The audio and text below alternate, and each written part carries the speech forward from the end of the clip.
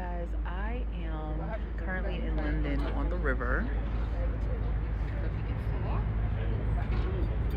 Taking a boat tour, and I just want to say that even if you're afraid to do something that is going to take you outside of your comfort zone, you're afraid of some level of expansion, and maybe you don't come from a social group or a family that will support you living a diverse lifestyle and hasn't curated you to have elevated taste in some way. And it doesn't have to be European taste, right? Just something that's different from what you've grown accustomed to. I just want this to serve as an invitation to you. I've had dreams of many years actually for coming to Europe and to actually be here to experience this culture. I am absolutely flabbergasted and completely in awe of this experience.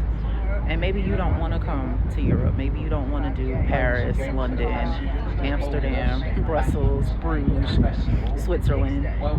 Maybe you want to stay Afro-centered. You want to do Haiti, Cuba, Brazil, Ghana.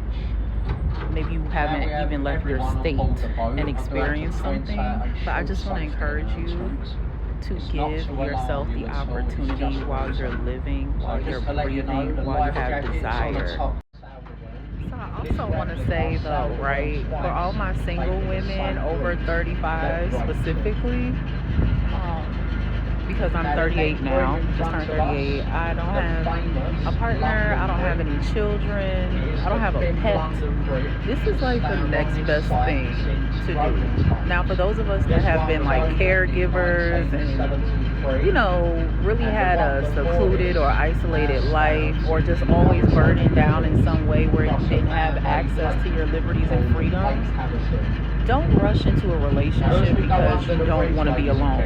Don't do that. Explore yourself. Fall in love with yourself. Travel. Especially my women out there. Sis, solo travel. Of course, you want to do your research. Of course. But I'm telling you, this is the best experience. And what's great about the collective of women that I'm with is one of the sisters here.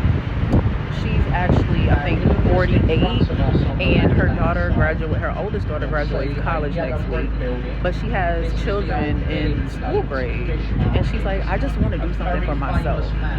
And I just want to say, if you don't have anything that is like tying you down, your studies, really, really important career, where you're making like key decisions, explore something outside of the US. Like, it sounds completely stereotypical to say, but life and culture outside of America, outside of the States, is drastically different.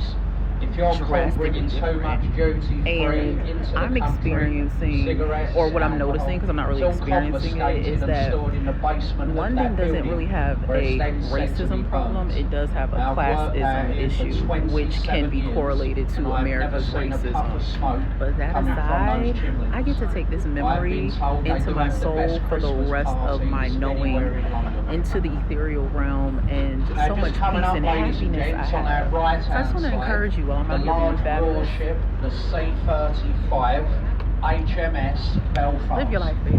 Live your life, because you only got one breath, one knowing. And while you have life, breath, and desire, do you. Without sounding like a bitter Betty, I just want to say that every single woman, I don't give a what age you are, sis, you only need to be worried about two things: getting money and traveling. Getting money and traveling.